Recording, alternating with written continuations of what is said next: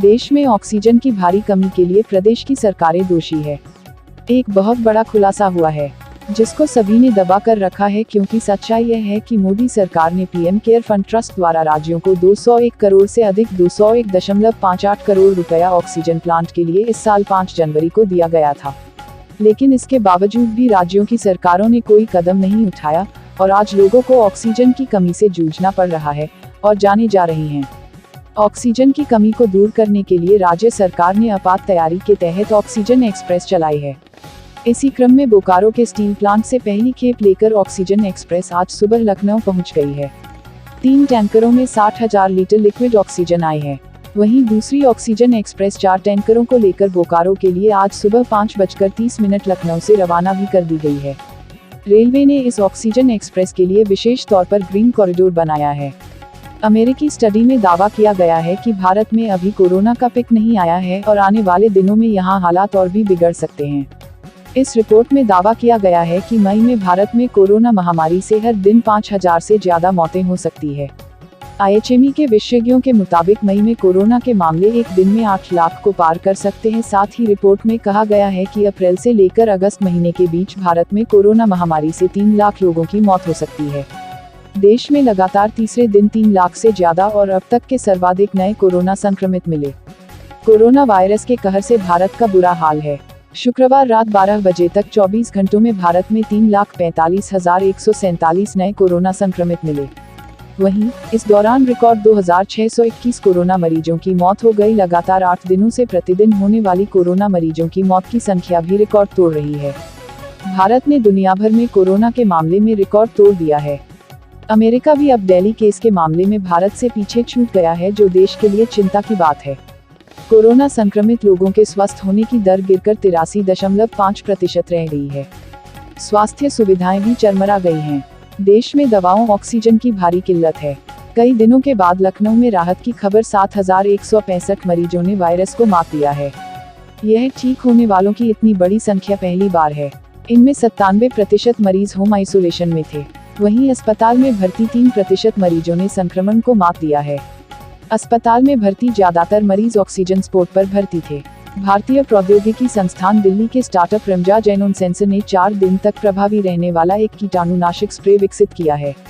नैनोशाट नाम से तैयार यह स्प्रे पूरी तरह से अल्कोहल और हाइपोक्लोराइट मुक्त है, जो नैनो कणों पर आधारित है। यह स्प्रे 10 सेकंड में वायरस, बैक्टीरिया का खात्मा करना शुरू कर देता है। कोरोना संक्रमण की तेज रफ्तार से अब बिहार भी कराहने लगा है। पटना हाई कोर्ट के जस्टिस CS सिंह की खंडपीठ ने इस आपदा से मुकाबला करने की राज्य सरकार की कार्य योजना पर असंतोष जताया।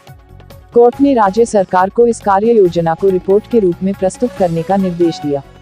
हाईकोर्ट ने निर्देश दिया कि यदि कोई अस्पताल ऑक्सीजन सिलेंडर के अभाव में किसी के इलाज नहीं कर सकता है, तो इसकी सूचना पटना हाईकोर्ट के रजिस्ट्रार जनरल को दें।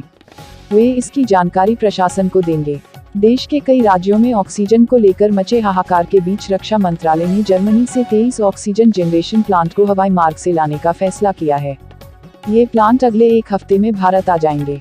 इन्हें वायुसेना के परिवहन विमानों से एयरलिफ्ट किया जाएगा। इनकी ऑक्सीजन उत्पादन संयंत्र की क्षमता प्रति मिनट 40 प्रति घंटे 2,400 लीटर है। कोरोना संक्रमण के बढ़ते मामलों के बीच एक बार राष्ट्रीय स्वयंसेवक संघ और उसके स्वयंसेवक आगे आए हैं। वे अलग अलग तरीके से सेवा कार्य शुरू कर दिए हैं। राष्ट्रीय स्वयंसेवक संघ गोरखपुर महानगर द्वारा सुभाष चंद्र बोस नगर स्थित भावराव देवरस छात्र निलयम में 50 बेड का आइसोलेशन सेंटर बनाया गया है। इसमें नॉर्मल कोविड पेशेंट खुद को आइसोलेट कर सकेंगे। यहाँ पर अन्य सभी सुविधाएं भी दी गई जाएंगी, जो पूर्णतः निःशुल्क रहेगी। जज्बे को सैल्यूट। उत्तर प्रदेश के मथुरा जनपद में पुलिस ने मानवता की मिसाल पेश की है। पुलिसकर्मियों ने एक शख्स की मौत पर उसकी अर्थी को कंधा दिया। दरअसल गोवर्धन कस्बे के एक मोहल्ले में व्यक्ति की तेज बुखार से मृत्यु हो जाने के बाद उसके पड़ोसी केवल इस डर से अर्थी को कंधा देने नहीं पहुंचे कि कहीं व्यक्ति की मौत कोरोना से न हुई हो। ऐसे में मृतक की बेटी ने थाने पहुंचकर रोते हुए गुहार लगाए। इस पर इंस्पेक्टर सहित आधा दर्जन पुलिसकर्मियों ने उसके घर पहुंचकर अर्थी को न केवल शमशान घाट तक पहुंचाया, बल्कि विधि विधान पूर्वक अंतिम संस्कार संपन्न कराने तक उसका पूरा साथ दिया। महाराष्ट्र के पूर्व गृह मंत्री अनिल देशमुख के घर आज सुबह CBI ने छापा मारा। इससे पहले केंद्रीय जांच एजेंसी ने उनके खिलाफ भ्रष्टाचार का मामला दर्ज किया था। देशमुख के खिलाफ भ्रष्टाचार के आरोपों की CBI ने प्रारंभिक जांच कल पूरी कर ली थी। उत्तराखंड के चमोली जिले में एक ग्लेशियर फट गया। प्रशासन के मुताबिक इस घटना में अभी तक किसी भी जान माल की हानि की खबर नहीं है।